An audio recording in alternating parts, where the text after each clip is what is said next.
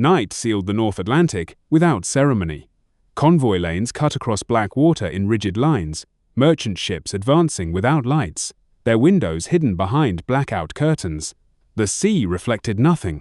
Below decks, in narrow radio rooms warmed by humming valves, operators listened as the air itself seemed to fracture intercepted dots and dashes pouring in faster than they could be sorted. Morse signals overlapped and drowned one another, fragments of intent, stripped of context. Somewhere in that noise were warnings. Somewhere decisions were already too late. A U-boat surfaced briefly, like a thought rising from the subconscious. Diesel engines drew in cold air, filling metal lungs that had been starved for hours. The conning tower broke the surface just long enough for a lookout to scan the horizon. Then the boat slipped back under, silent, practiced, almost invisible. On a distant ship, a young sailor paused at his post. He thought he had seen something, a line where no line should be. He did not raise the alarm.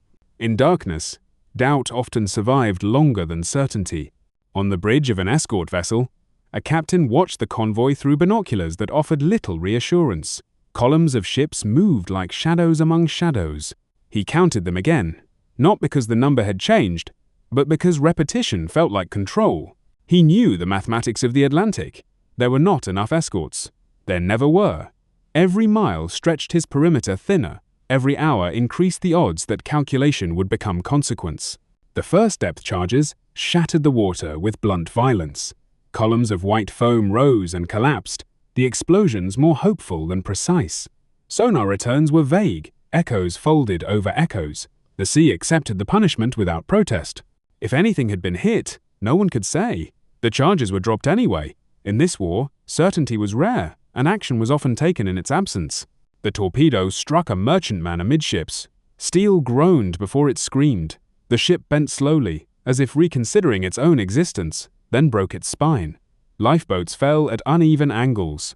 Crates and fuel drums spilled into the water. Cargo intended to feed cities now feeding the sea instead. Names were painted on the hull. They meant little once the ship began to sink. Beneath the surface, inside the German boat, men watched gauges and wristwatches.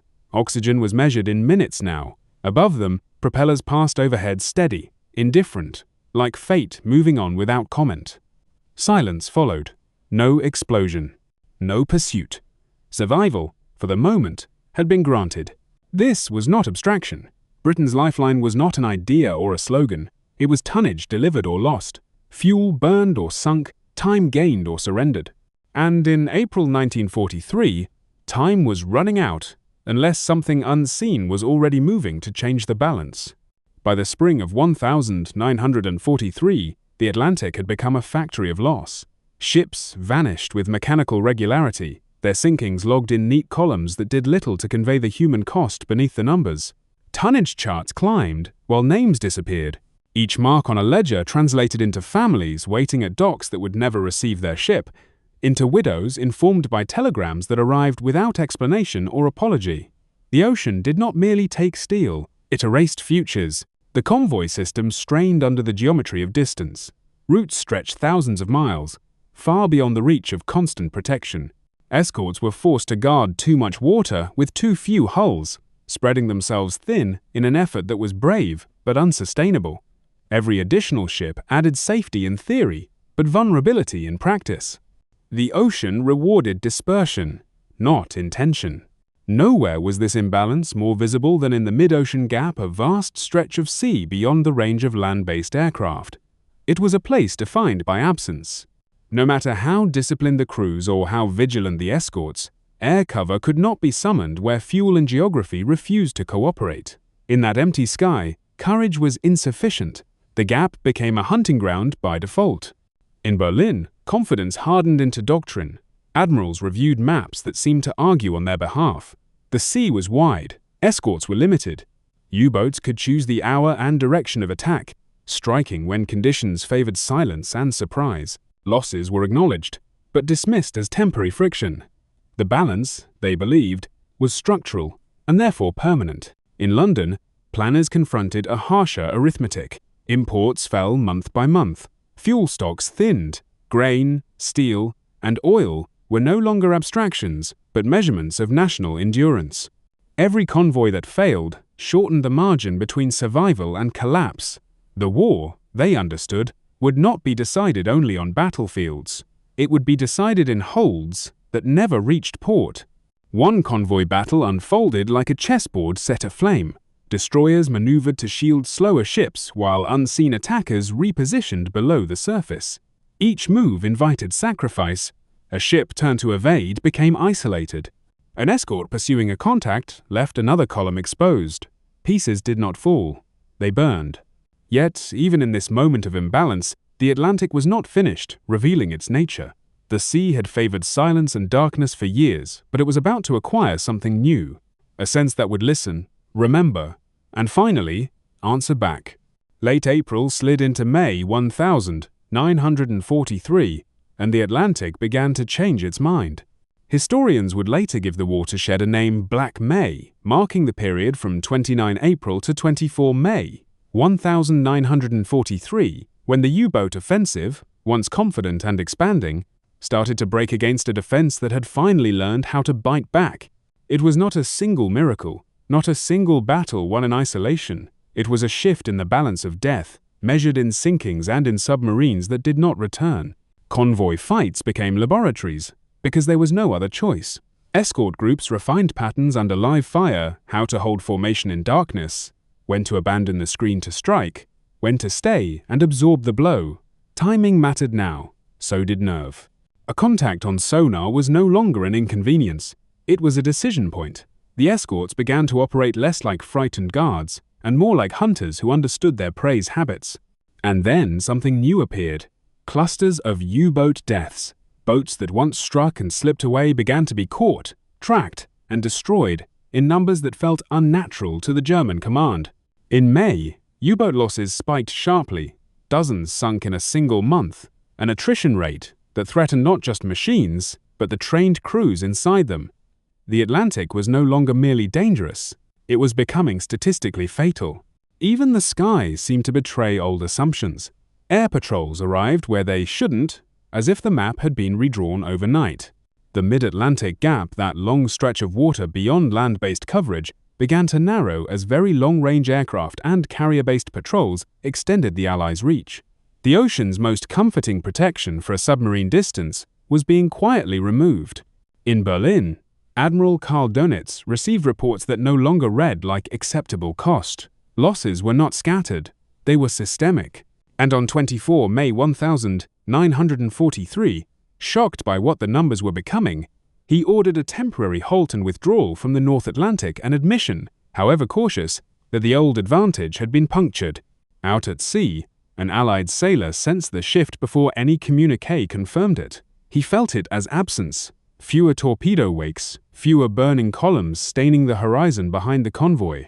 Silence can be mercy, but it can also be warning, because silence means something has changed. And it had, not by luck, but by a chain of inventions and small decisions, each precise, each decisive, already moving through workshops, airfields, and code rooms, waiting to be understood. In 1939 and 1940, Germany confronted a truth it could not escape. It could not outbuild Britain's surface fleet. Battleships took years, carriers even longer, and the clock was already running. So the German Navy turned away from armor and guns and chose something more fragile and more vital, the artery. If Britain could not be starved of ships, it could not be starved of war. The Atlantic, not the battlefield, would decide the outcome. At the center of this reasoning stood Karl Dönitz, a man who believed wars could be won without decisive battles. His faith lay in the tonnage war, the systematic destruction of merchant shipping. Sink enough cargo, and factories would slow. Sink enough fuel, and fleets would hesitate.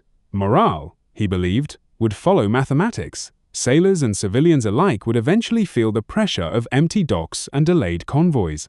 Victory would come not with spectacle, but with subtraction. To execute this vision, Dönitz refined the Wolfpack. A single U-boat would spot a convoy and resist the urge to attack alone. Instead, it would radio its position, shadowing patiently while others converged.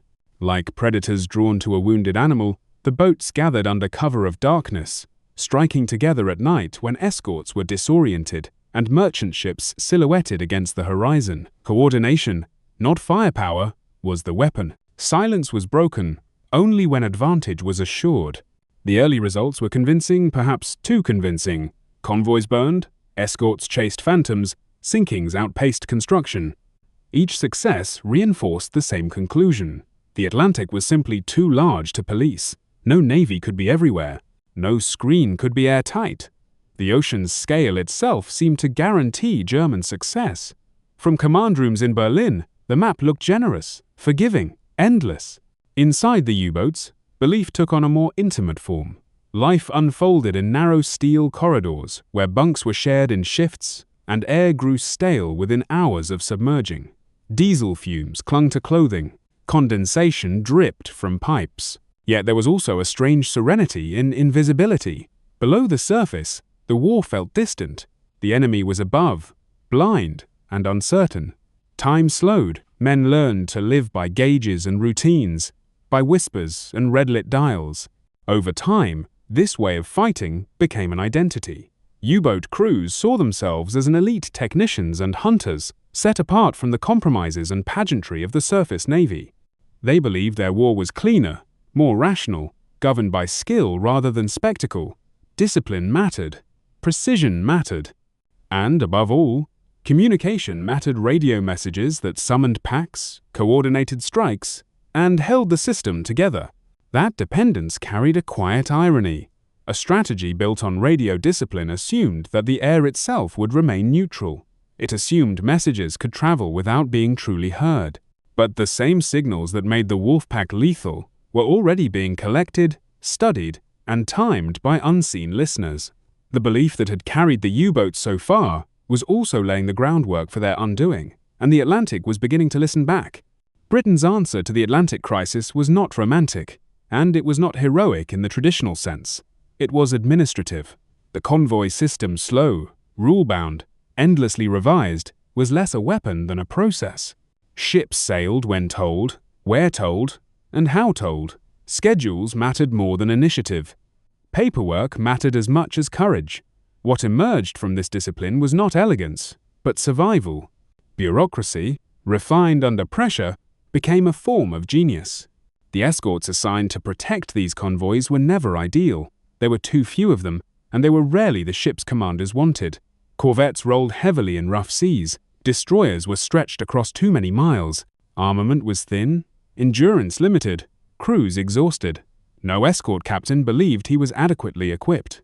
They sailed anyway, not because the tools were perfect, but because imperfect tools were all that stood between the convoy and the dark. ASDIC, what would later be called sonar, promised clarity, but delivered uncertainty. In calm seas and steady speed, it could reveal a submarine's presence with unsettling precision. In rough weather, at high speed, or against a U-boat that chose to dive deep and wait, its effectiveness faded. Sound bent, echoes lied, contacts vanished without explanation. Technology offered possibility, not certainty, and every operator learned quickly that belief in a machine could be as dangerous as doubt. Life aboard escort ships became a psychological campaign as much as a physical one. Watches stretched into hours of cold and monotony. False alarms snapped nerves already worn thin.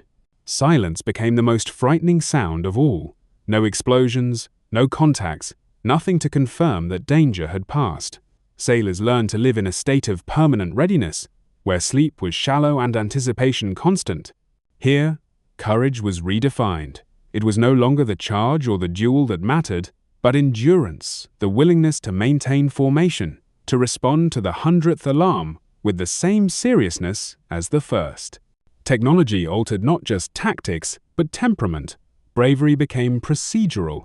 Heroism was measured in attention span and restraint. In one small radio room, a young signalman bent over his pad as a contact report came in. His pencil trembled as he copied coordinates, timestamps, call signs. The motion was slight, almost invisible, but it carried weight. He understood, dimly, that these marks might summon aircraft, redirect escorts, or condemn a submarine he would never see. History, in that moment, passed through his wrist.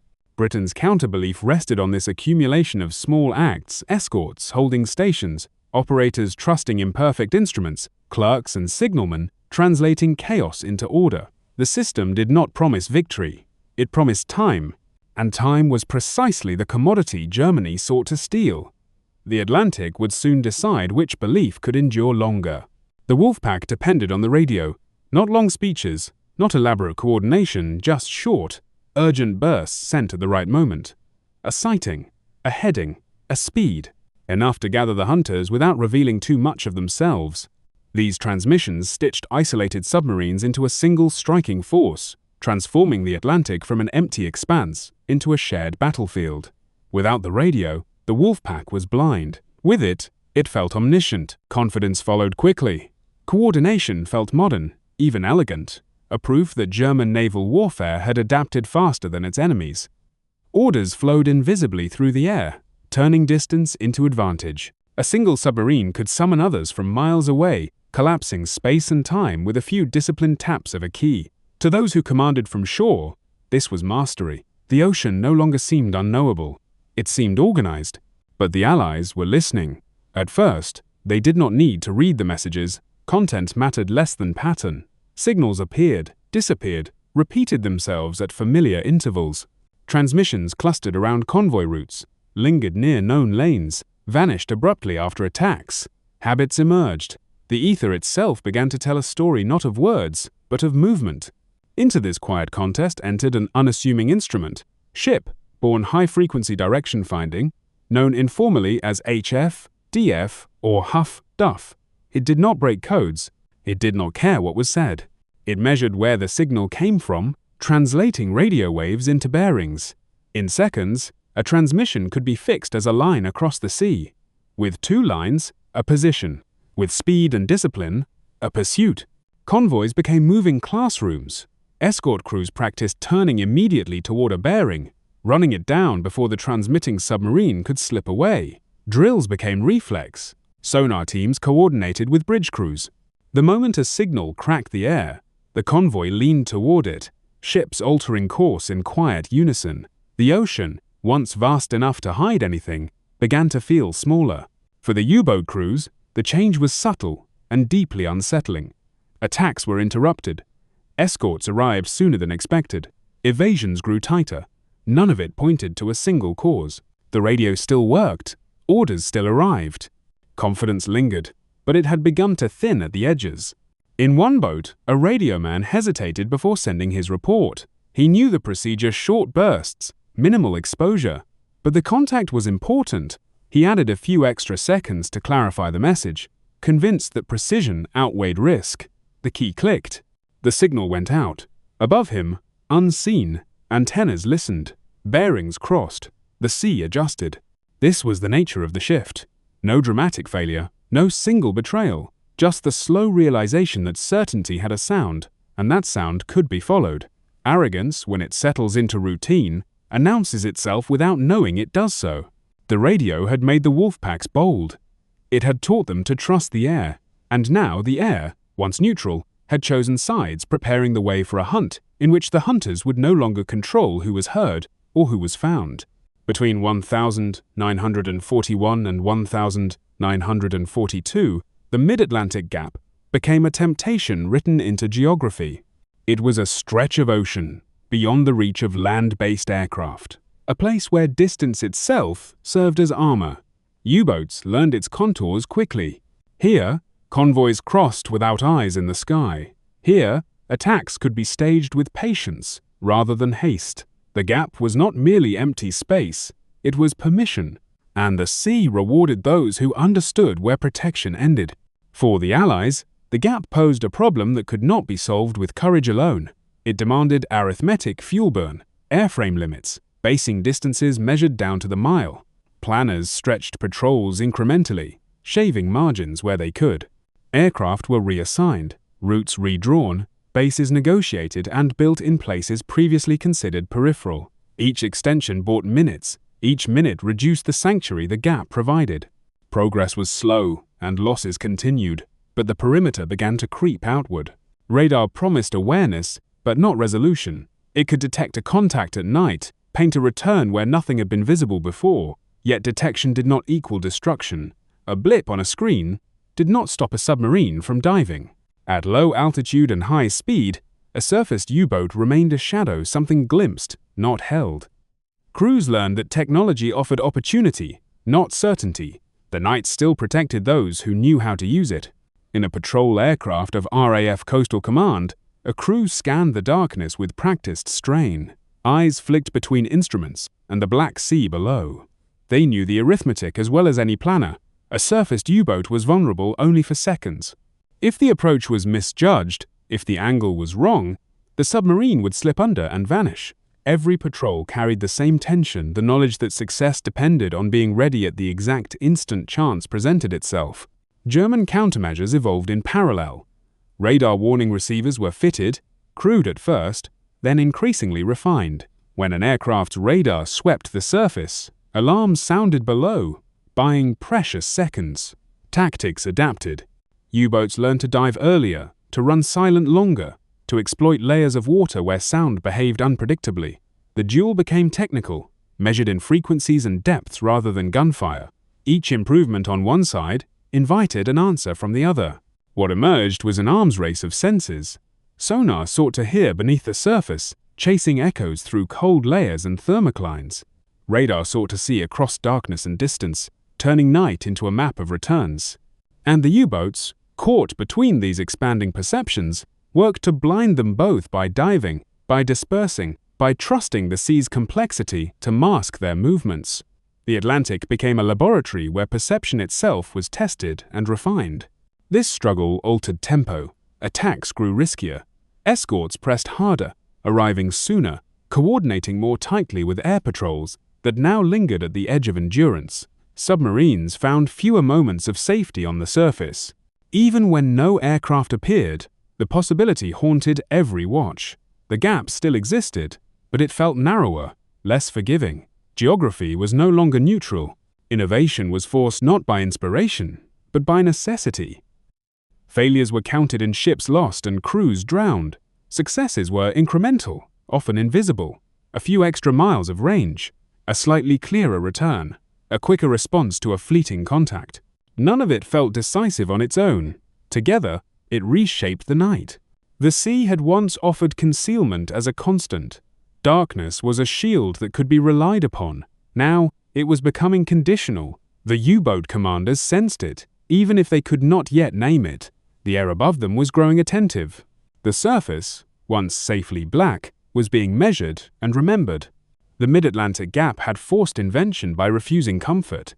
It had exposed the limits of existing tools and demanded new ones, and in doing so, it prepared the final reversal.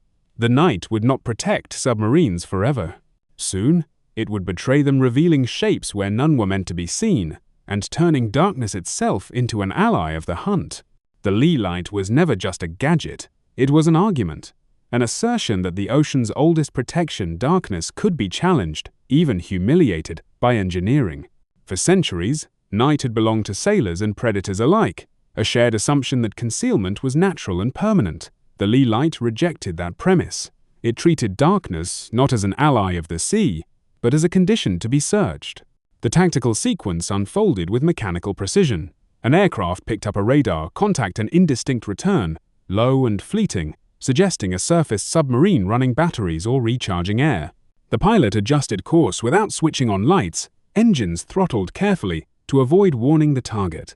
The approach was made blind, guided by instruments and discipline. Then, at the moment distance collapsed into inevitability, the switch was thrown. A white sun exploded over black water, freezing sea and steel into sudden clarity.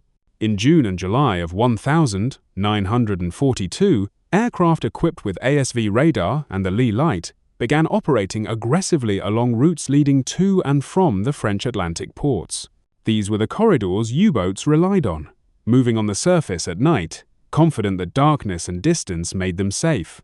Early encounters shattered that confidence. Submarines caught in the beam were no longer hunters but exposed machines, caught mid-transition, decks crowded, hatches open. Depth charges followed quickly. The night had been weaponized against its former masters.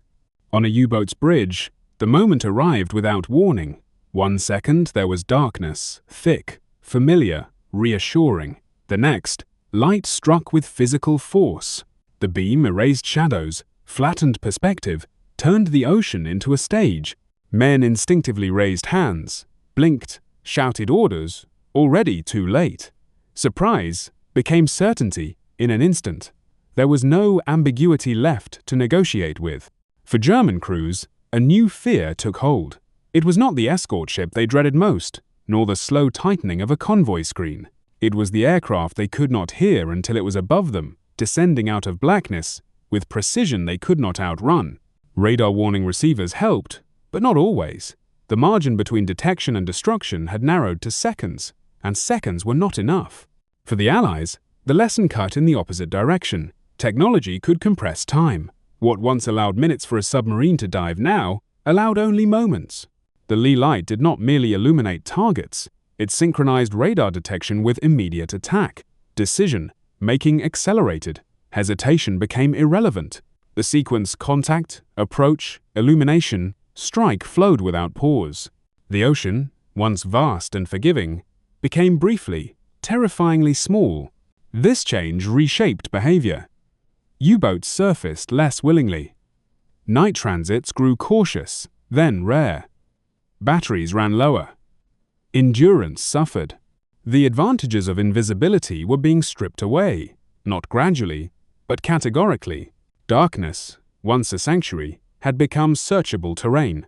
The sea no longer promised concealment by default. The Lee light also carried a psychological weight disproportionate to its size. It announced itself brutally, with no subtlety. There was no gradual realization, no slow accumulation of threat. It was revelation. And revelation, in war, often breaks belief faster than loss. Crews who survived attack spoke not just of damage, but of shock, the feeling that a rule had been broken, that something fundamental about the night had changed. Allied air crews felt the shift as well. Confidence grew, but it was tempered by understanding. Each success was proof of concept, not an ending. The light worked because it was part of a system: radar, training, coordination. Alone, it was useless. Integrated, it was decisive. This understanding spread quietly, shaping doctrine and expectation. Once night became searchable, the Atlantic's balance began to tilt, not immediately, not completely, but irreversibly. The assumptions that had governed U-boat operations, surface at night, dive by day, were losing coherence.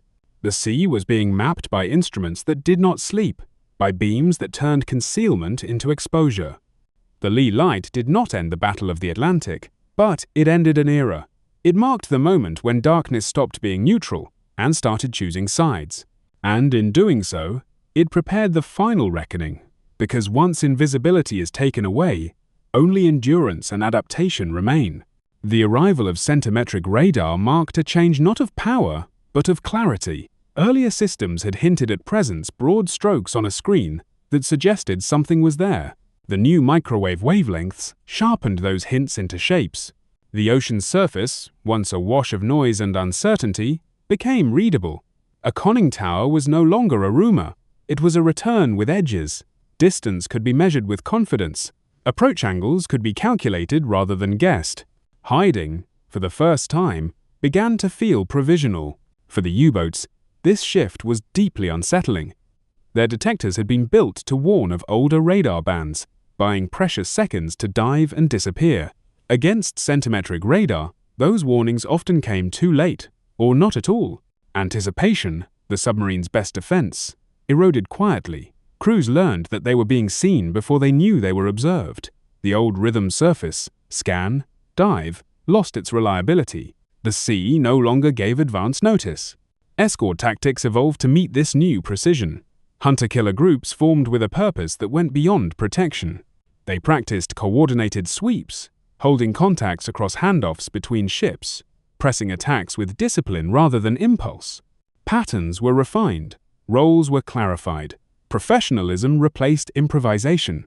The escorts were no longer reacting to threats, they were constructing them, shaping encounters so that escape became less likely with each turn of the wheel. Below decks, in the dim glow of sonar rooms, the human voice fused with machine certainty. An operator called out ranges in steady intervals, each number falling like a metronome beat. Contact held, bearing steady, range closing. The cadence mattered. It anchored the crew to a shared reality, translating invisible movement into something that could be acted upon. Depth charges were prepared not as hopeful gestures, but as steps in a sequence whose logic had been rehearsed. As these capabilities matured, the Atlantic transformed into a network. Radios passed bearings instead of pleas. Aircraft extended searches rather than merely responding to distress. Intelligence summaries guided deployments before convoys sailed. Each element, radar, sonar, air cover, direction finding, was incomplete on its own. Together, they braided into advantage. The sea, once too large to govern, was being subdivided into manageable problems. For German commanders, the change was no longer deniable. Reports spoke of encounters that felt preordained, of escorts arriving with unsettling confidence. The war beneath the waves shifted psychologically. Confidence gave way to endurance. Survival depended less on boldness and more on restraint. Shorter transmissions, deeper dives, longer waits. Crews spoke less of victory and more of returning. The horizon narrowed to the immediate patrol, the next battery cycle, the hope of making port again. This was not collapse, but compression.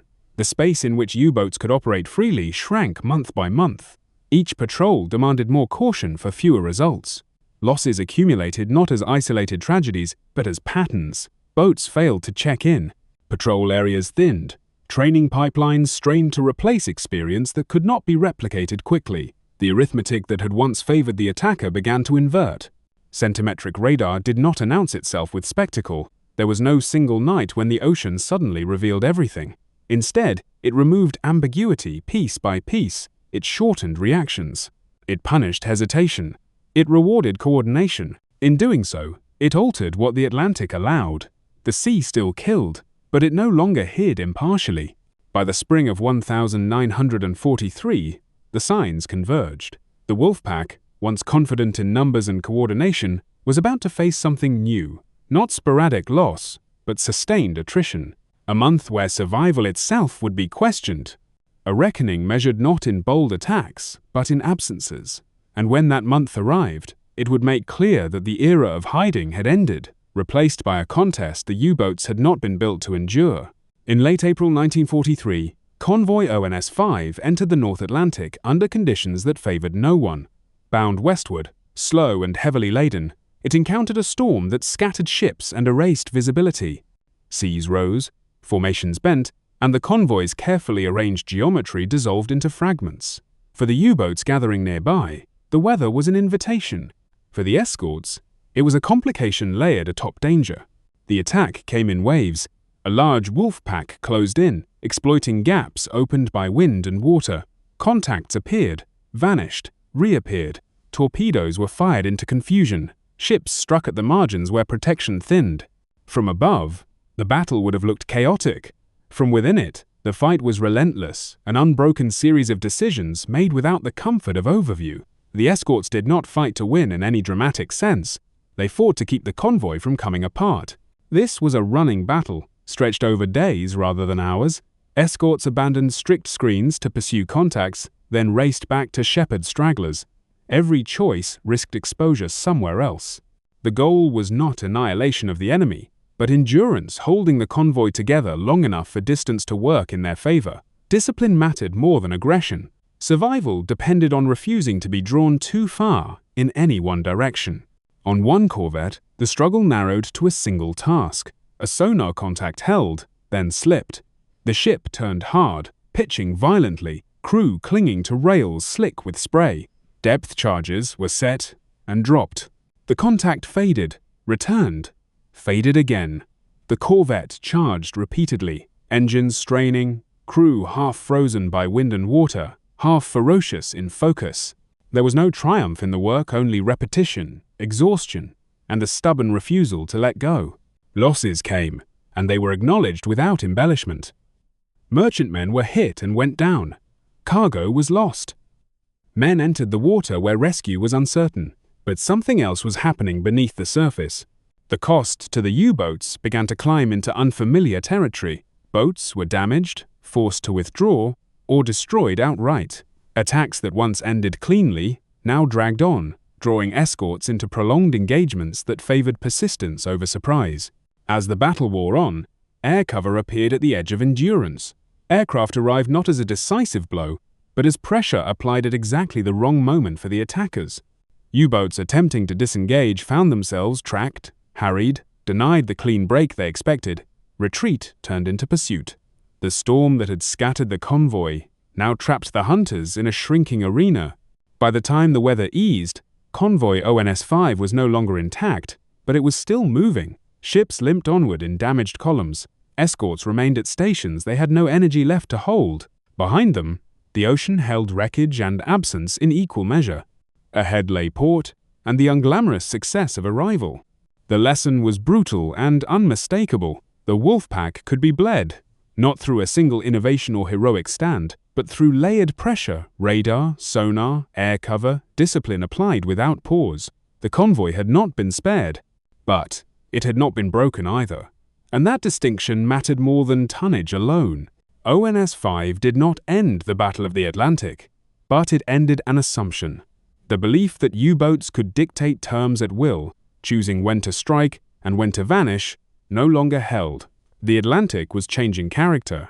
It was becoming a place where persistence outweighed surprise, and where endurance favored those who could remain present longest. The storm passed. The convoy moved on, and beneath the waves, the realization settled in. The sea was no longer answering to one side alone.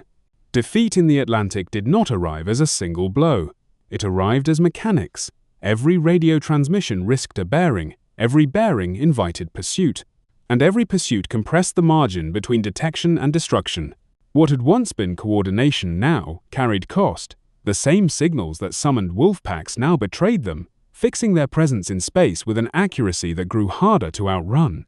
Escort groups adapted quickly to this logic. They were no longer content to shield convoys and hope the threat dissolved. Contact reports became triggers for pressure. Bearings were shared, plotted, and acted upon without delay. A single transmission could pull multiple ships toward a suspected position, closing angles and denying escape routes. The escorts were learning to hunt as a system, not as individuals reacting in isolation. Air patrols completed the trap. Aircraft forced surfaced U-boats to dive prematurely, disrupting their rhythm and draining batteries needed for later escape. A submarine driven under was a submarine slowed, its options reduced with every passing minute. Coordination between boats frayed, as leaders lost the ability to signal freely. Packs thinned, not because orders were rescinded, but because execution became impossible. The air did not need to destroy every target, it only needed to remove freedom. Inside a German submarine, the change was felt most sharply below decks. Depth charges detonated nearby, close enough to rattle instruments and loosen fittings. The commander listened, counting intervals, measuring distance by instinct refined over years. This was no longer a contest of initiative. It was arithmetic, battery levels, oxygen consumption, hull integrity, time. Survival narrowed to calculation. Victory was no longer discussed, only endurance. Above, the escorts maintained pressure with a patience that would have seemed alien earlier in the war. They no longer rushed attacks or chased fleeting contacts to exhaustion. Instead, they held positions, handed off targets, returned to screens when necessary, and came back again. The goal was not spectacle, but attrition. Each forced dive, each damaged boat, each aborted attack contributed to a cumulative effect that no single encounter could convey. The macro consequences became visible almost immediately. U-boat sinkings rose sharply within weeks, climbing to levels that threatened the viability of the campaign. At the same time, Allied shipping losses began to fall. Not dramatically at first, but consistently. The lines on opposing charts bent in opposite directions. For the first time, the numbers told a story that could not be argued away. Belief shattered quickly once exposed. The Wolfpack had relied on assumptions that the ocean was too large, that coordination outweighed risk, that losses would remain manageable. When those assumptions failed, the system offered no redundancy. Confidence collapsed into caution. Aggression gave way to restraint. Crews still sailed, but the war they entered was not the one they had trained for. This was not merely a tactical reversal, it was psychological. A force that had defined itself by initiative and control now found both constrained. Decisions were made defensively, communications curtailed, opportunities passed over rather than seized. The Atlantic had become hostile territory, not because it favored the enemy, but because it no longer offered neutrality. The next convoys confirmed the pattern. Engagements followed the same logic. Transmissions were detected, bearings were taken, pressure was applied, boats were damaged, destroyed, or driven off before attacks could mature. What had once seemed like isolated successes now appeared as repetition. The outcome was no longer surprising. It was expected. History often turns not on invention alone, but on exposure, the moment when a system reveals its dependence on conditions that no longer exist. In the spring of 1943, the U-boat campaign crossed that threshold. The pack had not been defeated in a single battle. It had been unmade by visibility. And as the convoys continued to pass, still threatened, still dangerous, but no longer dictated, the Atlantic entered a new phase. One where the balance had shifted decisively, and where the outcome, while still costly, was no longer in doubt. The climax of the Atlantic battle did not arrive with fire or wreckage. It arrived on paper. On 24 May 1943, an order was typed, reviewed, and transmitted through channels that had once carried confidence. Karl Dönitz ordered the withdrawal of U-boats from the North Atlantic convoy routes. The language was careful, procedural, almost clinical. Yet its meaning was unmistakable. A campaign built on pressure and momentum had reached a point it could no longer sustain. The numbers behind the decision told a story no rhetoric could soften. In May alone, Allied shipping losses fell sharply, while U-boat losses surged to levels unseen before. Boats were being sunk faster than they could be replaced. Crews trained over years, refined by experience, were disappearing in weeks. The curve of attrition bent the wrong way, and it did so decisively. This was not fluctuation, it was trend, and trends, in industrial war, become destiny. On an escort ship far from any headquarters, an Allied officer read the latest intelligence summary with a quiet sense of recalibration. Sinkings were down, contacts were fewer, air patrols reported more abandoned attacks, more forced dives without follow-up. For the first time, the ocean felt finite. Not conquered, not safe, but bounded. Threats had edges now, patterns repeated. The Atlantic, once immeasurable, had begun to yield to structure. In German bases along the Atlantic coast, U-boats returned unevenly. Some limped in damaged, hulls scarred, crews exhausted. Others did not return at all. Empty bunks remained empty. Faces carried the stillness of men who no longer spoke of success in tonnage figures. Victory, once measured in ships sunk, had become harder to define. Survival itself felt provisional. The irony was difficult to escape. The coordination that had once made the wolf packs lethal, the radio discipline, the concentration of effort, the confidence in shared action, had also made them visible. Messages could be heard.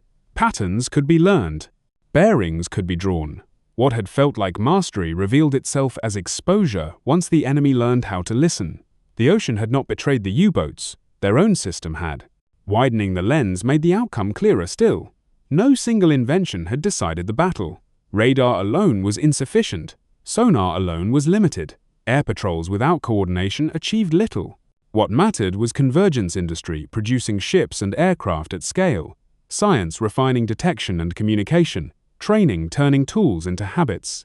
Each element reinforced the others. Together, they formed a pressure that could be maintained indefinitely. This was the quiet truth Dönitz confronted. The Allies could afford time. Germany could not. Even if tactics adapted, even if losses were reduced, the underlying balance had shifted. The Atlantic was no longer a place where boldness could compensate for numbers. It rewarded persistence, redundancy, and repair. It favored those who could return tomorrow, and the day after that, and the month after that. The withdrawal order did not end the war beneath the waves. U-boats would return in different forms, with new technologies and new hopes. Sinkings would still occur. Men would still die. But the decision marked a hinge. From this point forward, the question was no longer whether the convoy system would survive, but how long the losing side could endure its decline. The Atlantic battle was not over, but its outcome had been decided not in a single storm or engagement, but in the cumulative weight of adaptation.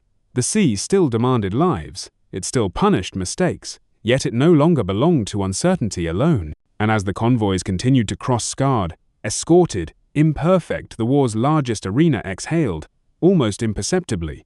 The breath was held no longer.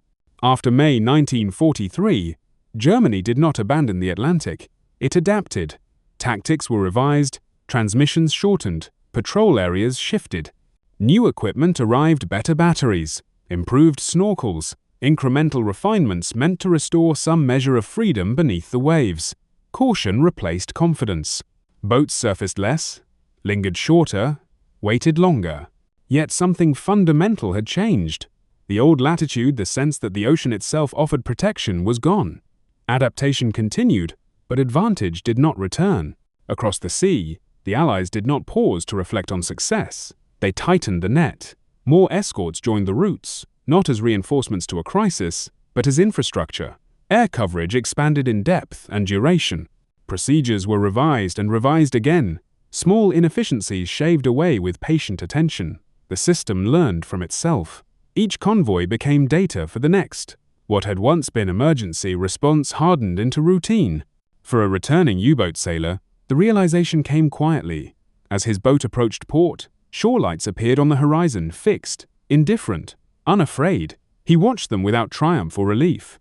The crossing had been cautious, uneventful, empty of opportunity. The sea he had known alive with targets, shaped by darkness, felt altered. It now belonged to machines he could not see, to patterns he could not disrupt. The Atlantic had learned him, and moved on. The post-watershed Atlantic became a proving ground for something larger than tactics. It demonstrated system warfare in its mature form. No single weapon dominated, no heroic intervention resolved the struggle. Instead, coordination itself became decisive. Sensors fed commands. Commands shaped movement. Movement generated new information. The loop tightened continuously. The enemy was not just confronted, he was managed. Within that system, human cost remained constant, if less visible. Fatigue accumulated in quieter ways. Sailors endured long watches without incident, their nerves stretched by the absence of action rather than its presence. Fear did not vanish. It changed tempo. Survival brought its own burdens, memories of attacks evaded, comrades lost, and the knowledge that endurance, not victory, defined success. Trauma did not announce itself. It settled. Strategically, the consequences were decisive. With shipping lanes stabilized, the Allies gained more than supplies. They gained predictability. Fuel arrived when expected. Troops crossed oceans in numbers that could be planned rather than hoped for. Industry synchronized with transport. Every later operation across Africa, into Italy, onto the beaches of Normandy, rested on this invisible foundation. The Atlantic, once contested minute by minute, became reliable enough to be taken for granted. This reliability carried its own irony. The battle that consumed so much innovation ended not with a final blow, but with normalization. Convoys sailed, escorts rotated, losses occurred, but within tolerable bounds. War continued elsewhere with greater spectacle, but it was sustained by a victory that looked, from the surface, like routine. Germany's U-boat arm continued to fight, but in a narrowed world. Each patrol was a negotiation with inevitability. Crews were brave, often skilled, sometimes lucky. But the system they faced absorbed those qualities without yielding. Courage still mattered. It simply mattered less than before. The lesson of the Atlantic was not that invention ends violence. It was that invention reorganizes it. Darkness became searchable. Distance became measurable. Coordination eclipsed surprise. The sea remained lethal, but it no longer rewarded improvisation alone. It favored those who could integrate tools, people, and time into something resilient. In the end, the Atlantic did not choose sides. It accepted what was imposed upon it. And once the balance tipped, it stayed tipped not because of any single breakthrough, but because modern war, once learned, does not forget. The water closed behind each passing convoy without ceremony, but the outcome it carried forward would shape the rest of the war quietly, relentlessly. And beyond reversal, when the Battle of the Atlantic is reduced to explanation, the temptation is to name a cause. Radar, perhaps, or air power, or the convoy system itself. Each has been credited, each defended as decisive, yet none, examined closely, stands alone. No single invention shattered the U-boat campaign. No doctrine, by itself, guaranteed success. What mattered was not the presence of tools, but the way they were combined and the willingness of a society to sustain that combination without pause. Radar detected, but did not destroy. HFDF located, but did not kill. Aircraft pressured, but could not hold the sea. Escorts protected, but could not be everywhere. Intelligence warned, but required action. Each element arrived incomplete, limited by physics, weather, training, and chance. Taken separately, none could have reversed the tide. Taken together, disciplined and repeated, they formed something larger than their parts. The Allied advantage lay not in brilliance, but in integration. Imperfect systems were made coherent through doctrine, rehearsal, and scale. Information flowed horizontally rather than hierarchically. Adjustments were institutional rather than personal. Failures were recorded, absorbed, and corrected. The war effort learned as a whole, not in fragments. This capacity to coordinate without demanding perfection proved more powerful than any singular breakthrough. Victory, such as it was, took shape far from the waterline, in factories where engineers refined tolerances and assembly lines lengthened by the week. In training schools, where operators learned to trust instruments without surrendering judgment. In radio rooms where patience mattered more than inspiration. A pencil held steady, a bearing logged accurately, a message delayed or withheld at the right moment. These actions did not look like heroism. They accumulated into inevitability. Against this stood the German U-boat arm, marked by genuine excellence. Crews were skilled, adaptive, and often brave beyond measure. Their commanders innovated aggressively, extracting disproportionate effect from limited means. Yet, excellence, when constrained by an unfavorable equation, becomes tragedy rather than triumph. Resources were finite. Replacements could not match losses. Each success demanded greater risk. Over time, risk ceased to be a choice and became a condition. There is a moral psychology to such moments. Confidence narrows perception. Early success hardens into assumption. Alternatives are discounted, not because they are unseen, but because they threaten coherence. The Wolfpack doctrine worked until the environment changed. When it did, adaptation came too slowly, constrained by the very logic that had once delivered advantage. What had felt like clarity became a tunnel, and tunnels, once compromised, collapse.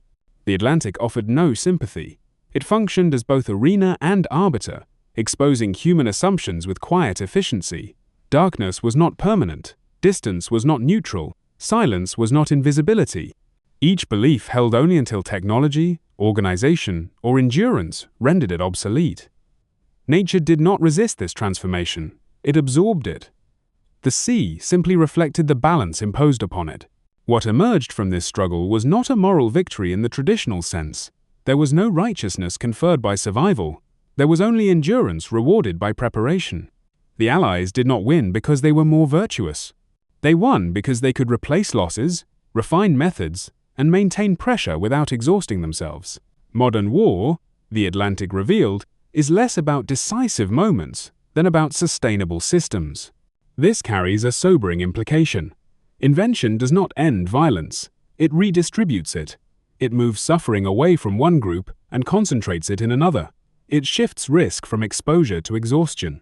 The sailors who crossed after the watershed were safer than those before it, but not safe.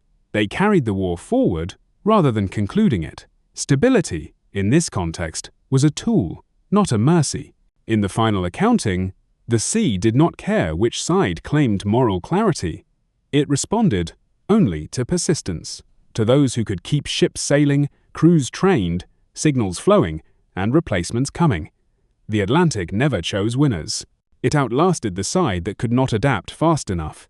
And when the convoys passed day after day, month after month, the water closed behind them as it always had, indifferent, unchanged, bearing witness only to the simple truth that endurance, once achieved, becomes decisive. The sea never cared who was right, only who could endure. The story returns to the night convoy, but it no longer appears as it once did. Black water still stretches to the horizon. Ships still move without lights, their outlines subdued against the sea. Radio rooms still hum with quiet urgency. Yet the darkness that once swallowed everything is no longer empty. It is layered with attention. Bearings are taken. Signals are timed. The night has depth now, not just of water, but of awareness. What was once open space has become an environment under observation. The Atlantic is no longer merely crossed, it is surveyed. Beams reach into darkness. Antennas listen patiently. Charts fill with tracks that persist beyond a single watch. The ocean has not changed its nature, but the terms under which it can be used have altered. Concealment is conditional. Silence is no longer anonymity. A veteran escort sailor would later remember the year when darkness stopped being safe. He could not name the exact night it happened. There was no announcement. Just a gradual shift, fewer sudden torpedo wakes, more aircraft overhead, contacts that held instead of vanishing. The sea felt closer, more confined. For the first time, he sensed that the war beneath the waves was no longer ruled by surprise alone. The night had begun to answer back. The U-boat campaign leaves a complicated legacy. It demonstrated the power of innovation applied with conviction, and the limits of that power when the environment adapts. It showed how courage could be rendered anonymous by scale acts of skill and bravery, absorbed into statistics, patrol logs, and loss tables. Thousands of men fought inside machines that magnified both their effectiveness and their vulnerability. Few were remembered individually. All were counted. The final irony remains unavoidable. The wolf packs wagered the war on invisibility, on darkness, distance, and silence as permanent allies. For a time, the wager paid. Ships burned. Convoys faltered. The Atlantic seemed too large to tame. But invisibility was not a law of nature. It was a condition. And conditions, once understood, can be changed. What followed was not a single revelation, but an accumulation. Instruments sharpened perception, procedures disciplined reaction, industry sustained pressure, training turned detection into habit. None of it was elegant on its own. Together, it was relentless. The night did not betray the submarines. It was redefined around them. There is a human symmetry to this ending. Men on both sides fought inside enclosed worlds, steel hulls, cramped bridges, radio rooms alive with tension. Their hopes were amplified by machinery, their mistakes made unforgiving by it. Technology did not remove fear. It reorganized it. It redistributed risk. It transformed how courage was expressed and how failure was punished. The Atlantic itself remained indifferent. It did not reward intention or punish belief. It responded to endurance. When one side learned faster, replaced losses more effectively, and coordinated more completely, the sea reflected that imbalance without comment. The convoys passed, the escorts rotated, the submarines dwindled, the war moved on, carried by lanes made reliable through effort that rarely announced itself. In the end, no moment closed the battle with finality. There was no silence that followed a last shot. Only continuity, the steady movement of ships across water that had once been lethal with uncertainty. The outcome revealed itself not in drama, but in routine. History remembers battles for their spectacle. It remembers the Atlantic for its systems, for the way attention defeated concealment, for the way patience outlasted audacity, for the quiet truth that modern war is decided less by brilliance than by what can be sustained without breaking. The night still falls on the ocean. It always will. But after 1943, it fell differently, no longer absolute, no longer sovereign. The darkness that once belonged to no one had been taught to yield its secrets. They ruled the night for a season, then the night learned to see.